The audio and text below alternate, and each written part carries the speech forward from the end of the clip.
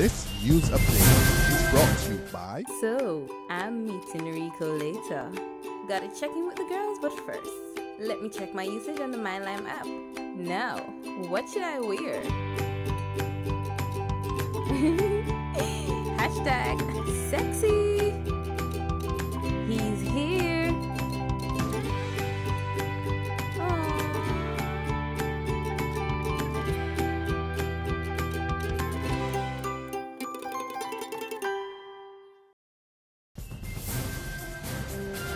Welcome to the Barbados Today afternoon update for Wednesday, May 13th. So glad you can join us. I'm Fernella Wedderburn. Our focus at this hour is the ongoing strike by private waste haulers, movers and truckers. The move, which is into its third day, is resulting in fresh problems for the Queen Elizabeth Hospital. The private company that's responsible for the disposal of the hospital waste says it will not be picking up any garbage effective from today. This as a strike by the group begins to take its toll on the country's health system. Anderson Sherry is the lead spokesman for Jose E. Jose. They have to move the hospital garbage, whether they pay me or not. So who's moving it now that you're not working? Well, as from today, there's no more movement at the hospital. We are awaiting government decision on this matter. So there's medical waste storing up at the hospital as we speak? Storing up at the hospital. It's very serious. We have all of the supermarkets, the hospital, and all of the guys have made a decision. All of us decided we are not moving until a decision is being made. So you're saying that even though you've been off the job, you've been moving some today, no waste will be moving. But you moved some on Monday and Tuesday then? Last week and on Monday. Okay. But as from today, all of us as a group agreed that no waste will be moved until the decision is made. And nobody at government has spoken to you about this? No, none. And it's very urgent. They need to make a decision and make it today in the interest of the country. In an exclusive interview with Barbados Today, Sherry also made it clear that despite the involvement of opposition leader Mia Motley in his company, the action is not political. At the same time, the haulers who met with members of the Private Sector Association early this morning and were due to meet with the Fair Trading Commission today are still hoping for a solution. They are insisting that the $25 tipping fee needs to be scrapped and that more favorable methods can be found to finance waste disposal in the country. I really want to encourage Minister Sinclair to sit with us. We have some good ideas. We have something on the table that we know that can work. As you see, the greening levy didn't work. The solid waste tax didn't work. This tipping fee just can't work. But please come and sit with us and hear it from the grassroots side of it, and we can get it fixed. You were saying that what can work? What is the solution? Well, there are several solutions. I wish we would discuss at a later time. Dave Hines of Hines Transport is adamant that the new fee cannot work. He tells Barbados Today the fee is severely impacting his business. The waste haulage is a small part of our business. It's probably only about 5% of our business. But the impact is severe because one of our major customers was a government agency, which has not, well, I wouldn't say they haven't paid us, but it owes us a significant amount of our money. 74% of our bank overdraft is due from that one customer. So we can't go and double that debt by a fee that we hope to collect from them, and they haven't been paying us, so where are we? We might as well not do business at all, which is the position that Hines Transport has taken. Okay, so to get you clear, government owes you for picking up their garbage, and now they're asking you to take a line of credit to go and pay to deposit the garbage, and you're still waiting to be paid by them. Absolutely correct. Also feeling the weight of the tipping fee is small player in the waste disposal business, Ernest King of Quantity Business. He explained how the cost has impacted his company within the last 2 days alone. I went yesterday morning and I bought $10,000 in tickets in order to rush through because we had held back on moving some garbage, and therefore we thought that it was fair that we inform our position and get everything. But that $10,000 that we bought just yesterday morning is $9,000 that is gone already. One of our trips to the landfill yesterday cost me $293.75 just to tip. I will not recover the $10,000 I have spent yesterday, at best, the end of June. for those persons whose accounts are current. Those persons who are a little bit tardy, I will recover the money from them in July. Those ones who are really struggling and who I can't pitch into the sea, I will recover monies from them in August.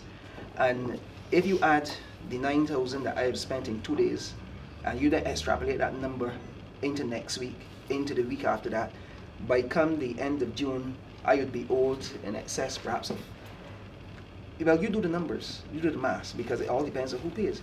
Managing Director of Garbage Masters Limited, Trevor Manning, says the present holding situation is not good for business, neither for his employees. We are in a holding position right now, which is certainly not good for the country or the environment or for anyone. But as we've said already, you know, our hands are tied right now. It's either have a holding position or we're out of business in 2-3 months. Some a lot earlier. Some haven't worked for two weeks. These small guys haven't moved anything for 2 weeks. I don't even know how they're surviving now.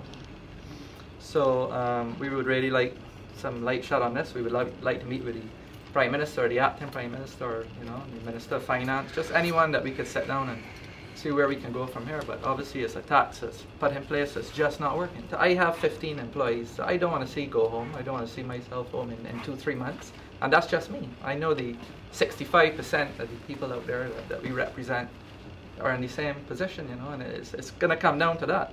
So we need to fight it. Hands are tied. I don't like to fight these things, but I have to. Don't have a choice.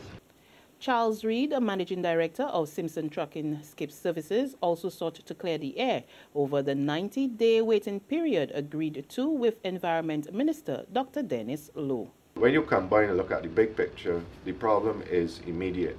From May the 4th, a lot of those guys, in fact most of those guys have not been working, so they're not generating income. We may have been able to work last week and work part of this week, although we're in a stoppage now. We would have done some work on Monday. Those guys can't. So the impact is severe. So to say that he's made an agreement with the waste haulers for 90 days is not a complete and accurate representation of what is going on here. So I don't think you can wash your hands that simply by that statement. Right. There's pressing issues here that need to be addressed. There's regional and international news after this short break. Farley Hill, Crane Beach, fried chicken at Pug's Bar. All parts of Barbadian life that some might know, but others don't. So join me, Katrina Marshall, as I go about town and across country, peeking into tucked away districts and liming with the people who bring them to life. About town and across country, coming soon to Barbados Today, news you can trust.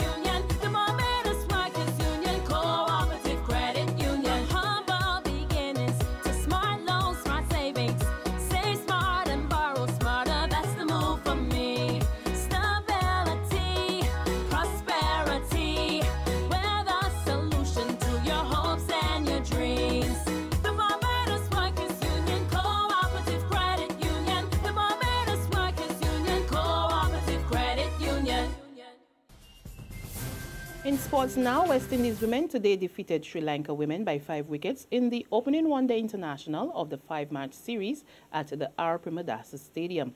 The regional ladies scored 153 for 5 in just over 40 overs, which the Sri Lankans could not muster. They were all out for 149 of 49.5 overs. To news from the region, still no clear winner in Guyana 2 days after regional and general elections, and both parties are claiming victory at the polls. However, the opposition coalition, a partnership for national unity and the Alliance for Change, has a significant lead according to preliminary results from the Guyana Electoral Commission, even as it urged for patience. Further field terror on a bus in southern Pakistan city of Karachi as gunmen on motorbikes attack a bus carrying members of a religious minority. According to hospital officials, 43 people were killed and 19 others were wounded in the attack by 6 men. After the attack, the bus was driven into a hospital parking lot with bullets riddled along its side. And that's our afternoon update. But we'll be back again this evening. Until then, remember, you can log on to www.barbadostoday.bb, subscribe to our e-paper, our email updates, and like us on Facebook. You can also catch us on Izumi Media, that's in bus terminals, or Screenplay, that's in a supermarket or gas station near you. We're also on Channel 101 online TV and Mix 96.9 FM.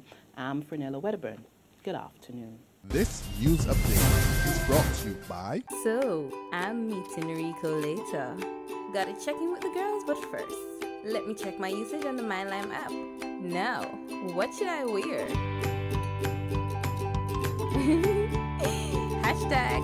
#sexy.